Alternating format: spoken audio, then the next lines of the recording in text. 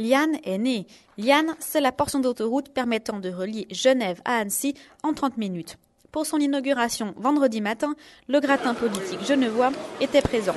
Des personnalités françaises avaient également fait le déplacement, comme le Premier ministre François Fillon. Pour lui, la 41 renforce encore un peu plus les relations franco-suisses. Le gouvernement français est attaché à développer les infrastructures qui relient la Suisse et la France.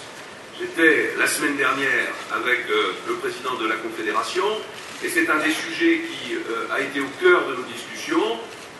Les liaisons avec le bassin de Genève, le développement des relations avec l'aéroport de Bâle-Mulhouse, tous ces investissements sont de nature à créer des liens économiques et des liens sociaux entre la France et la Suisse, encore plus denses que ceux qui existent aujourd'hui.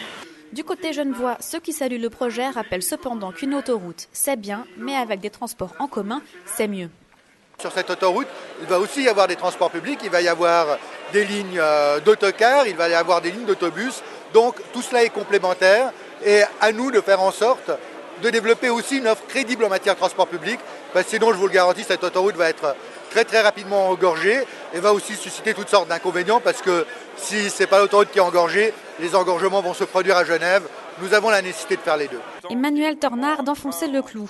Pour lui, il est essentiel que des projets de transport public voient le jour. Je pense qu'il faut vraiment qu'on prévoie l'avenir un peu autrement qu'en construisant systématiquement des autoroutes. On a besoin peut-être d'autoroutes, mais on a aussi besoin d'améliorer les transports en commun. Et malheureusement, on voit qu'entre la Suisse et la France voisine, ça se fait très mal. Ce sont les transports en commun maintenant qu'il faut vraiment viser.